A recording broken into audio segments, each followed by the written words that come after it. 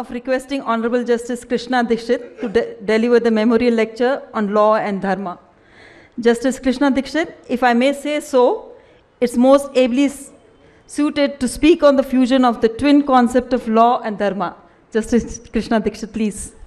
His Excellency, the Governor of Andhra Pradesh, Justice Abdul Nazir Saab, my beloved Chief Justice, Justice Anjaria Saab, Mr. D.L.N. Rao, ever smiling and ever generating humor also. My brethren, my friends at the bar, my colleagues, and ladies and gentlemen. The famous author Dale Carnegie, whom very often I quote because I take refuge under his second book, which he did not write, but intended. His first book was How to Win Friends and Influence People. Many presidents, bureaucrats, officers, lawyers, judges used to read it.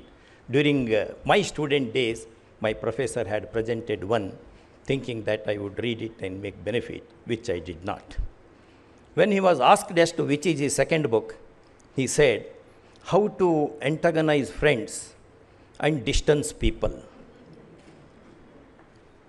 And his student asked, how that book would be.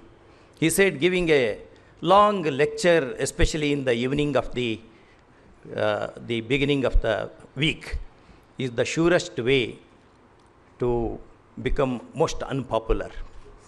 Therefore, I try to make my speech the shortest. That being said, the subject law and dharma. My professor Ajappa, the principal of University Law College at Dharwad, once told me that there is 5,000 pages literature on as to what is law. It starts from the days of Aristotle to the days of Wolfgang Friedman, the law in a changing society. Up to that, he used to quote John Austin, then Kelsonian pure theory of law, and then Holmes' gunman's theory. Like this, he went on. Then we asked him, at least tell us what are the sources of law. Generally, sources of law, which Salmond says, and Julius Stone agrees, Peyton also, the first primary source of law is legislation. The second one is precedent. The best book you know, Precedent in English Law by Rupert Cross. There is a counterpart of Indian counterpart, Professor Lakshmikant's Precedent in Indian Law. Then the custom. Custom is law which is evolved by the society itself, whereas the legislation comes from the king or the conventional legislative bodies, which may include the delegates also. With this, we go to the private law, the law as between the parties, which we call as contract, pacta sunt servanda being its basis. Then opinio juris is the weak source of law, which the introduction to international law by Oppenheim treats, and there is another author, Broglie, they also treat it. Every day we have been operating with the law and instruments of law, and if you ask us really what really the definition of law, it is like asking us what is the definition of time. We may not know the definition of time, but every day we operate with time. This is what Aristotle used to say. I know what is meant by time, but if somebody asks me to define, I cannot. Perhaps that would be my answer. Now, if I go on saying about law, I am a student standing in front of all the teachers, my teachers. Therefore, I do not want to cut a sorry figure by dwelling deep into this aspect of the matter. With this short background, how religion, dharma operate with legislative bodies, adjudicatory bodies, people, individuals, society, throughout history, what they did. That would be I will make an honest endeavor to give a thumbnail sketch of all this. It was Karl Marx who said, religion is opium of masses. And angels agreed with that. It is opium. There is one aspect which Bertrand Russell had treated. With your kind permission, I will quote it. Religion is primarily based on fear, fear of the mysterious, fear of defeat, fear of death. Fear is the parent of cruelty, and therefore it is no wonder if cruelty and religion have gone hand in hand. What is happening all over the world today vouches what he said today. Religion has too much emotive content all over the globe and throughout the human history. Most advanced jurisdictions also are not an exception to this. Religion shapes law. In all countries, Quran, Hadith shaped Islamic law. Bible, biblical literature shaped European, American, Australian law, parts of African law. Vedas, Upanishads, Bhagavad Gita, Mahabharata, Ramayana, scriptures have shaped much of Hindu law. Howsoever advanced a man may be, he cannot escape the impact of religion, says C.K. Allen, a famous author of 3 books. One is Law and Order, another is Law in the Making, yet another is Aspects of Punishment. He vouches it. One example, let us go to so-called most advanced jurisdiction, United States. In 1925, Butler's Act was made in the state of Tennessee. Butler's Act prohibited teaching of Darwinism because Darwinism run counter to tenets of biblical principles, tenets. And that was challenged before the district court. Then matter went to the Supreme Court of Tennessee, state of Tennessee. And one who argued was Clarence Darrow, the great lawyer. Perhaps you might have seen his biography by Irving Stone, one of the best lawyers of those days. And the Supreme Court of Tennessee upheld the validity of the legislation. Judges, after coming out, after pronouncing the judgment, is to say, Darwin's origin of species is very, very impressive. Perhaps that will figure out what the future of world would be. But this is in the most advanced jurisdiction like America. That's why C.K. Allen made that statement. In 1967, that act came to be repealed. Till 1967, that was the law.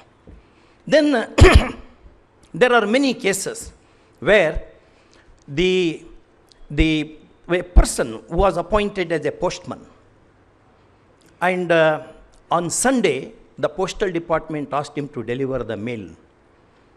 He went to court and to challenge that Sunday, according to Bible, is the prayer day and the day for rest. The state Supreme Court upheld the contention.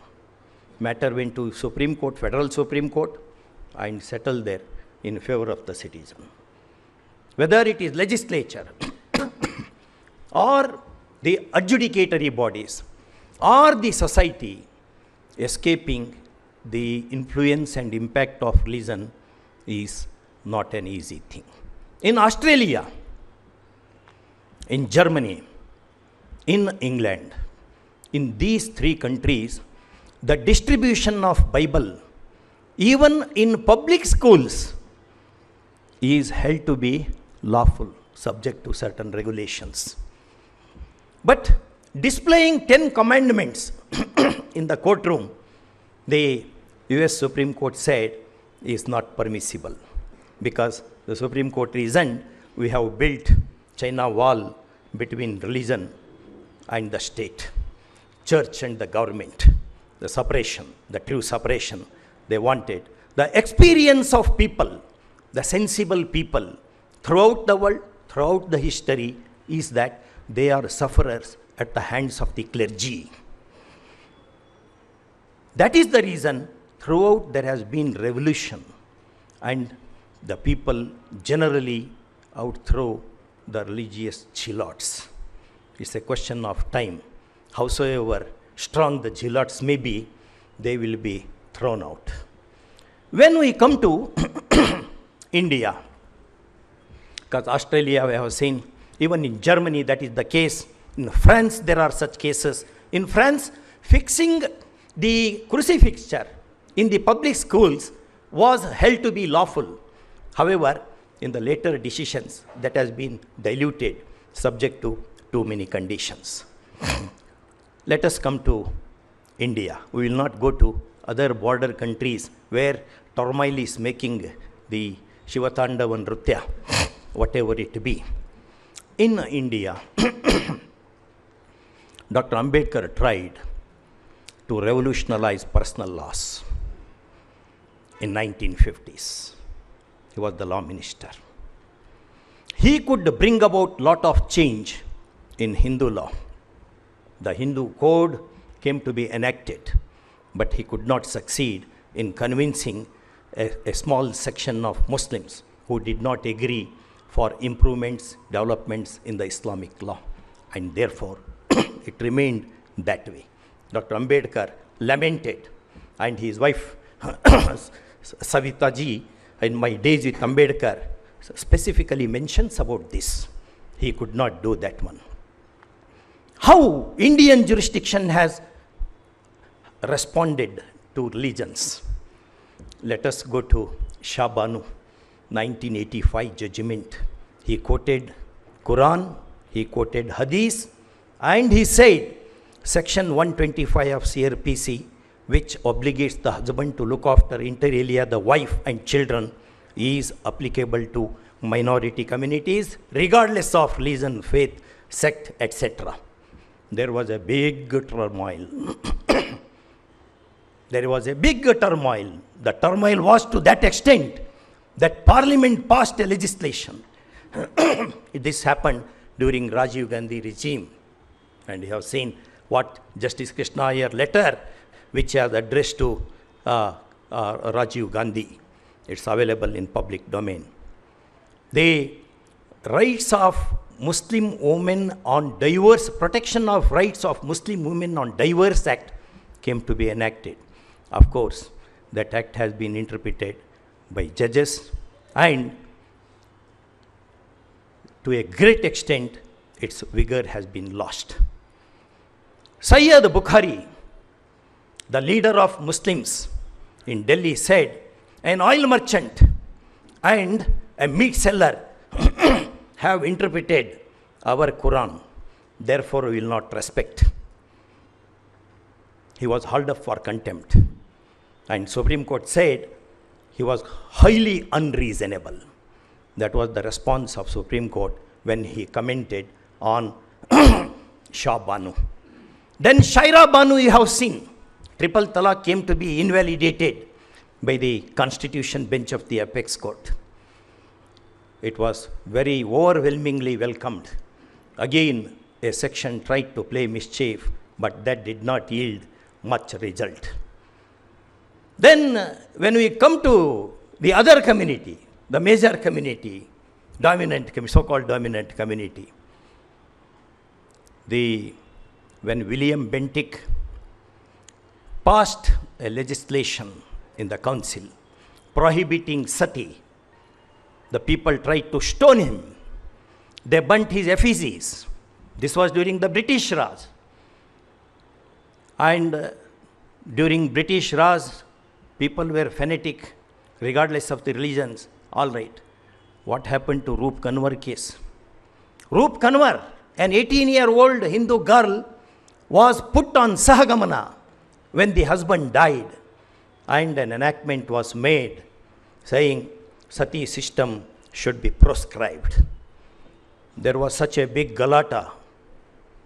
You have seen those days in 1980s, 85 onwards, when Roop Kanwar was burnt alive. The people still agitated that such a legislation should not be made. This is the kind of the captivating effect of religion on any community. Whichever is the community, it is very difficult to escape the Kabanda Bahu of religions. Then let us see what the other community, Jehovah Witness, the other community, two children, Bijo Emmanuel and another, were rusticated from a Kerala school because they did not sing the national anthem, saying that our religion does not permit praising anything which is man-made, and we have right to speech and expression, which necessarily includes right to be silent. They stood up when the national anthem was being sung.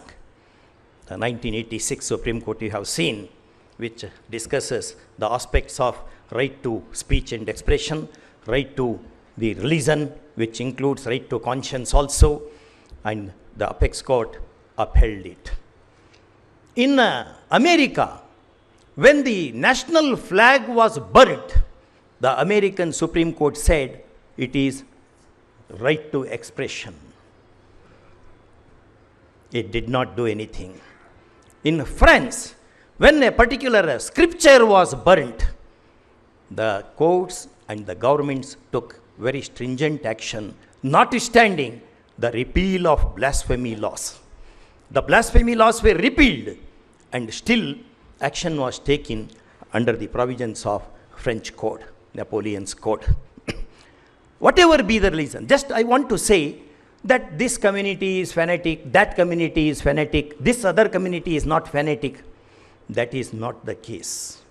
All people, all sections of society have some elements of fanaticism, although they are in varying degrees.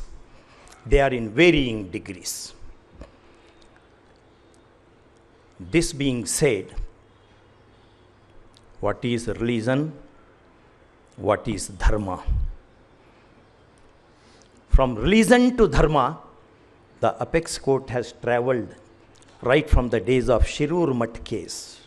The apex court referred to American Supreme Court judgment, refers to Australian judgment, refers to Bertrand Russell, and holds dharma is a very elastic concept. It eludes any specific meanings. Dharma, the meaning of dharma depends upon the prefix Raja Dharma. When Rama was coronated, there is one mantra which says, I am the emperor of this world and I am not answerable to anyone. Then Vasishtha, Vamadeva, they hold the Dharma Danda in their hand and put a gentle pat on the head of Lord Rama, saying, Dharma Danda is above you. You are under Dharma Danda. This is the constitutional, ancient constitutional law of this country. Kallana's Rajatarangini gives 18 constitutional principles how the king should govern, what he can own, what he cannot own, when he can sleep, when he cannot sleep, where he can hunt, where he cannot, how he should treat the downtrodden people. Everything is spoken of by Kallana's Rajatarangini. This Kallana is a Kannadiga from Hon'ble. He went to Jammu Kashmir, studied Shaivism there, and scripted this book. How our ancestors were. See what Will Durant says about this country, what Arnold Toynbee says about this country, what our great historian R.C. Majumdar authoritatively says. He says in Vedic era, 2 books which Bharatiya Vidya Bhavan has published. Mr. Raghavan is here, the president. It's a great honor to see him here smiling. They have written how the real dharma was. In real dharma, I'll come to that meaning, there was no discrimination. Dharma was treated, and rightly, by the Supreme Court. Of course, we can have some criticism, is another. Nothing is beyond criticism. Even God is under criticism nowadays. Dharma, the apex court says, from 1996 to 2016 is a way of life.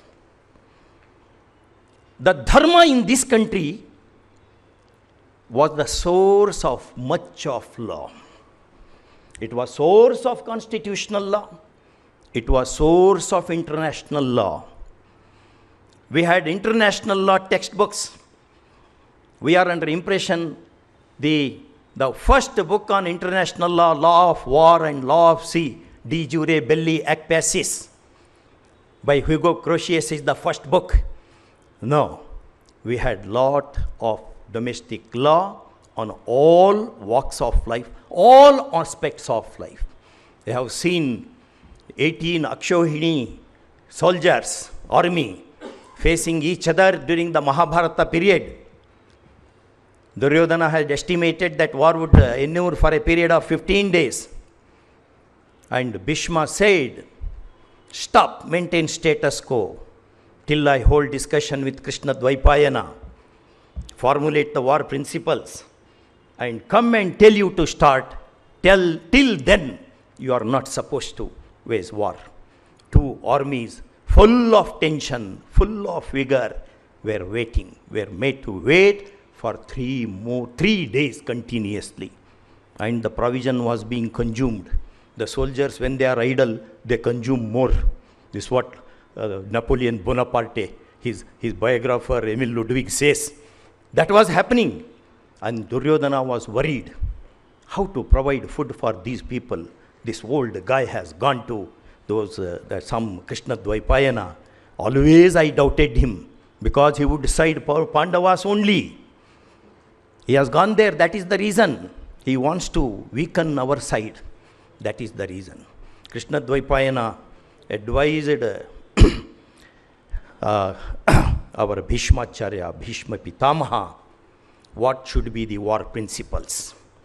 War would begin on the sunrise and would come to an end for the day when the sun sets.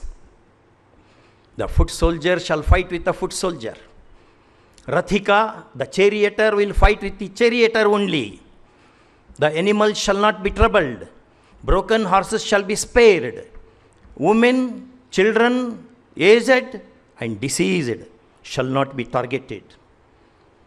More importantly, the 2 armies comprising of many kingdoms, they should be told on what principles the war is being fought. Those who agree with these principles, they can be on the one side. Those who do not agree, they can come to the other side. There was lot of halubalu, exchange, this army, part of this army, traveling, coming to this side, that side part, coming to this side. It went on for 1 more day. Then the war was fought, broadly on those principles. R.C. Majumdar writes, we lost some wars Porus lost our Alexander when he had come in BC 323. We lost the war because we were under impression that our war principles will be adhered. Alexander came, started the war during the midnight.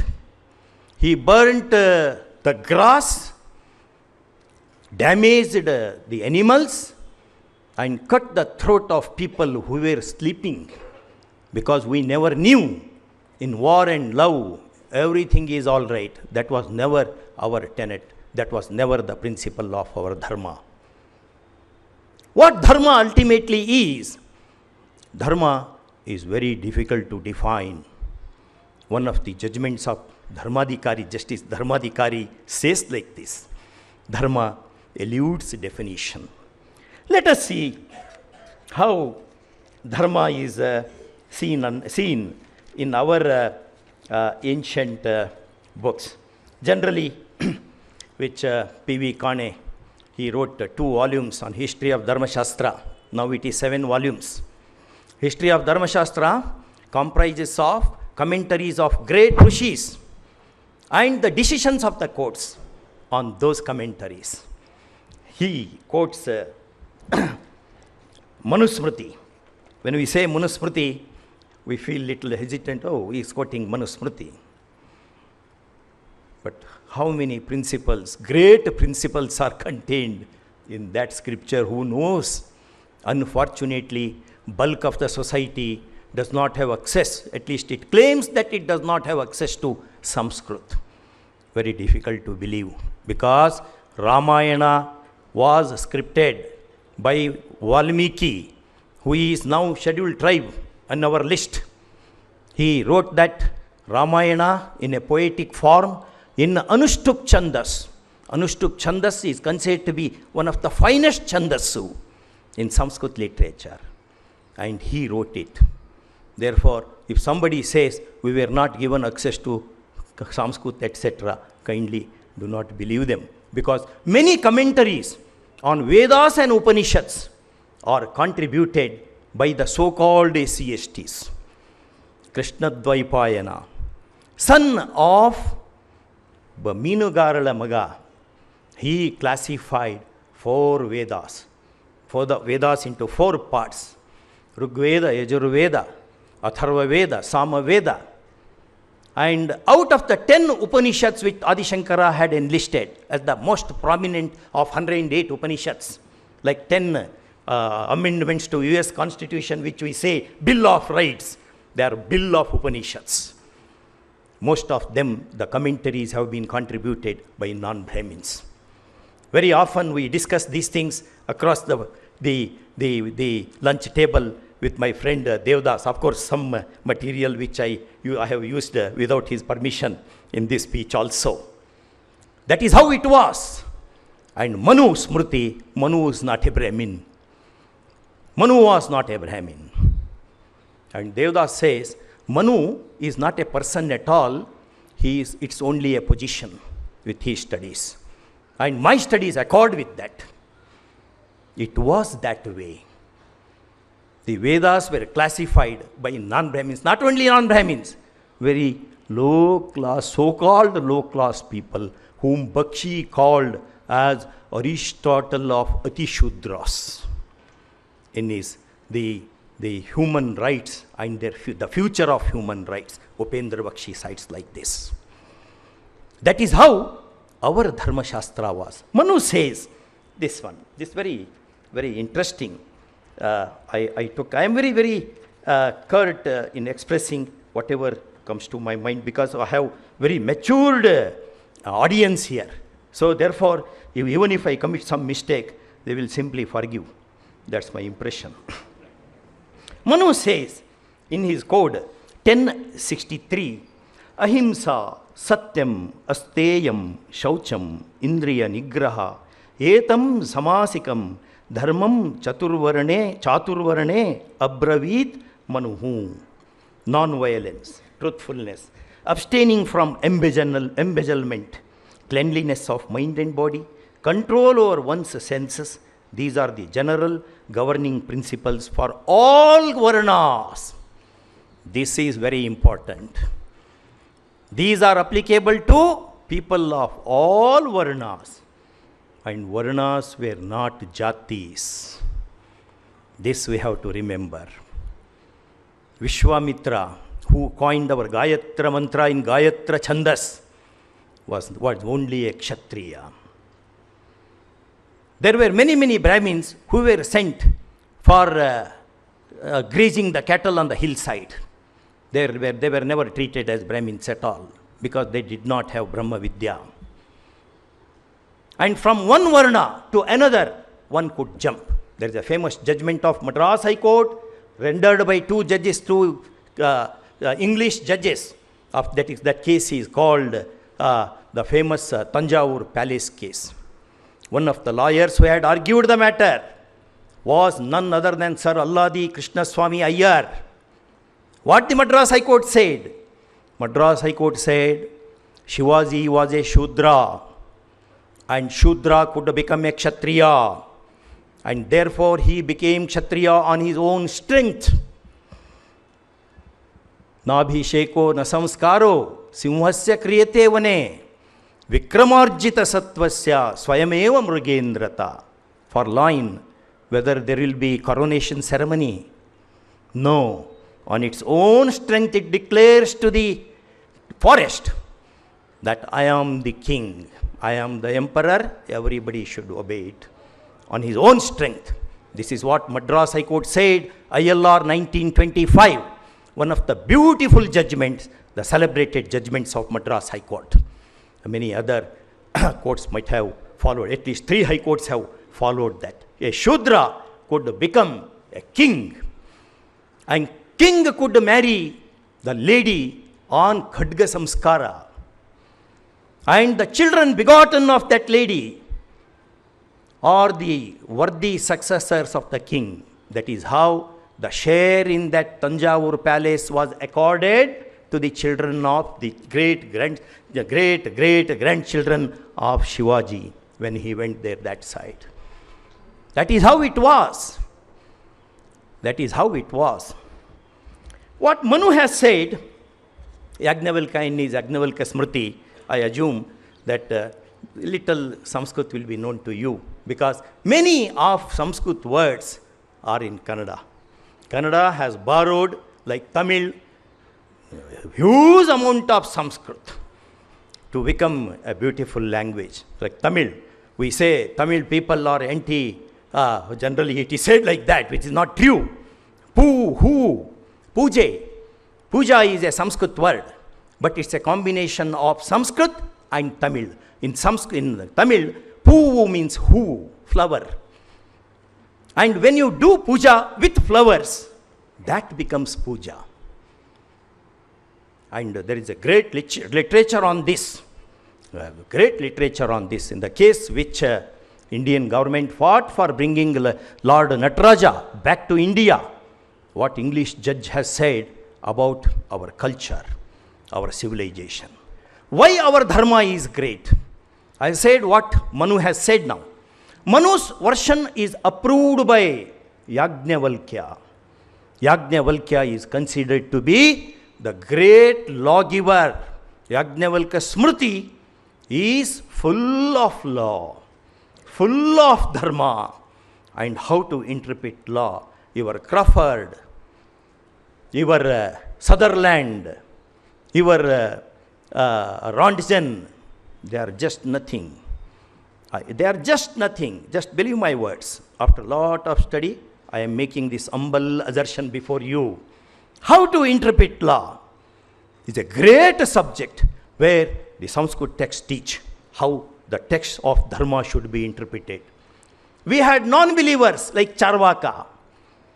Charvaka said, this body will fall down, life will come to an end. Therefore, borrow money, buy ghee, eat ghee, enjoy life. When you are dead, your body is burnt, let it take some time. There is such a shloka. He never believed. He said, Paramanushcha Paramanubhyo Namaha. Perhaps Einstein was inspired by that. in one discussion with Bose, S.N. Bose, Einstein mentioned the greatness of Sanskrit and Sanskrit literature. Yajnavalkya, he also endorses what Manu has said. Then on Yajnavalkya Smriti, you have commentary of Vijnaneshwara. This Vijnaneshwara, a great scholar from Gulbarga. We have Vijnaneshwara Trust, where I happen to be one of the trustees since days of Justice Rama Joyce. He wrote a commentary on Yajnavalkya Smriti, and that became which one? Mitakshara, limited letters. Mita, Akshara, Savarna Dirgha Sandhi, A, Mitakshara. That is the greatness of this country. But we are swayed away by all cheap writings. We look into WhatsApp messages, we form opinion, and on that opinion elections take place, the governments are formed, policies are formulated. How country will prosper? And we are prospering. We are still prospering. I'll just see within few minutes I'm completing. It's a very, very huge topic. You have to give me 5 to 6 hours to speak on this. But time is, I have to see at least clock, if not the calendar. Yes. This dharma from the Vedic literature is Dhammapada of the Buddha the Great. What dharma injuncts with little modification as are required for the local conditions, Buddha the Great taught the people. He instructed the people. Therefore, I only say, and there are Jaimini's writings, there are Tirthankaras who have written a lot about ahimsa, all these things. And one last thing which, there is one more, Shabara Swami writes, dharma through which human beings would claim the pleasure, peace, progress and delight, and that would be his oath for the commentary Jignasva. To the common citizenry, the Smriti teaches dharma, achara, that is personal conduct, vyavahara, that is interpersonal conduct, prayaschitta, that is penal code. The jurisprudence dharma in the matters of state and diplomacy is taught in Mahabharata, Bhishma to his grandnephew Yudhishthira. 3 things I should say before I conclude my speech. Duryodhana went to Mother Gandhari to take her blessings before he commenced a war. Mother Gandhari, bless me with victory in this war. Gandhari said, Yato dharmascha tato jayaha. Where things are done in accordance with the tenets of dharma, there the victory will come.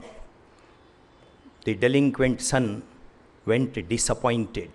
Mother is conspiring against me, was his comment. And you know the result of war. That has become the emblem of our Supreme Court. Yato dharmas tato jayaha, which Justice Rama Joyce in his famous book, The Legal and Constitutional History of India, very beautifully he has written. This is published by Indian Law Institute, one of the best books. It needs to be updated is another thing. Then in Shikshavalli of Taittareya Upanishad, the Guru, after having taught the Vedas to his children, the disciples of all communities, this is very important. Gurukulas were meant for people of all communities, including the children of women of easy virtue. I will not say more than that. Women of easy virtue. Their children are entitled to gain entry to Gurukula. One is Jabali. When Jabali went to seek admission, the Guru asked, who is your mother, father? He went back to mother and asked, who is my father? She said, I am a woman of easy virtue. I do not know who your father is. He came and narrated the same thing to the admission authority in the Gurukula. He was admitted as the student. He becomes the great Rishi, Jabali, Jabalpur in Madhya Pradesh. He is named after that Rishi. Then in Shikshavali, in Taittiriya Upanishad, the Guru, after having taught the Vedas to the children, he says, Satyam vada dharmam chara. Speak truth, follow the path of dharma. Then we have emblem for the high courts in the country. What is that emblem? Satyameva jayate. Taittiriya Aranyaka. Satyameva jayate. Satyam eva jayate. Only truth trims. Non-rutam. Sullalla. Not the falsehood. Then coupled with that, Satyam bruyat, priyam bruyat.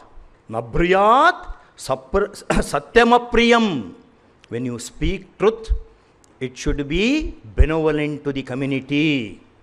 A truth that will cause a fire, skirmish, friction.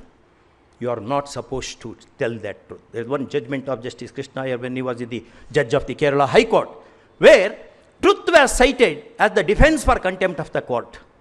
And the lawyer argued, Satyameva Jayate is a constitutional motto. And that is your emblem here in the High Court. We only said the truth. Justice Krishna Dixit said, even in pursuing truth, there should be sense of proportion. Perhaps he drew that wisdom from this particular shloka, which says, Satyam apriyam, nothing, na bruyat satyam apriyam.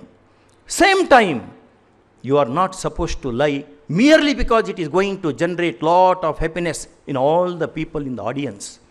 No, you are not supposed to say anything which is false merely to make the people happy. Satyam bruyat, priyam bruyat. Na bruyat, satyam apriyam. How many? I can go on enlisting, but the clock is warning me that I have to stop here. Stopping is...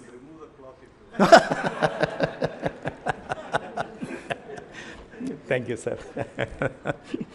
So, this I can only say what Cardozo had said.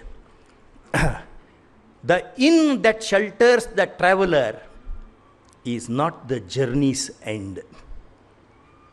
With this, I complete my speech. Thank you. Thank you so much. I should say one word.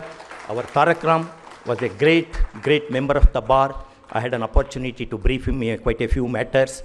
He's a personality, very short person, not that impressive. One of my friends took me to him. I said, I am not ready to brief. Then he insisted, you see first. I briefed him. That was a matter relating to whether there can be doctrine of common hodgepodge in a joint Hindu family which does not own any property at all. Because English judges treated doctrine of common hodgepodge as something mixing with the property of the joint family. Then Mr. Tarakaram argued that matter and procured a judgment in our favor, which was a turning point in my professional life. I pray that Madam is also here. I salute you. And he had the gift which he has inherited from his great father, who was a lawyer having great advocacy skills. And that gift he bequeathed to his son Tarakaram when he breathed his last. Thank you so much. Thank you, Justice Dixit, for your scholarly lecture.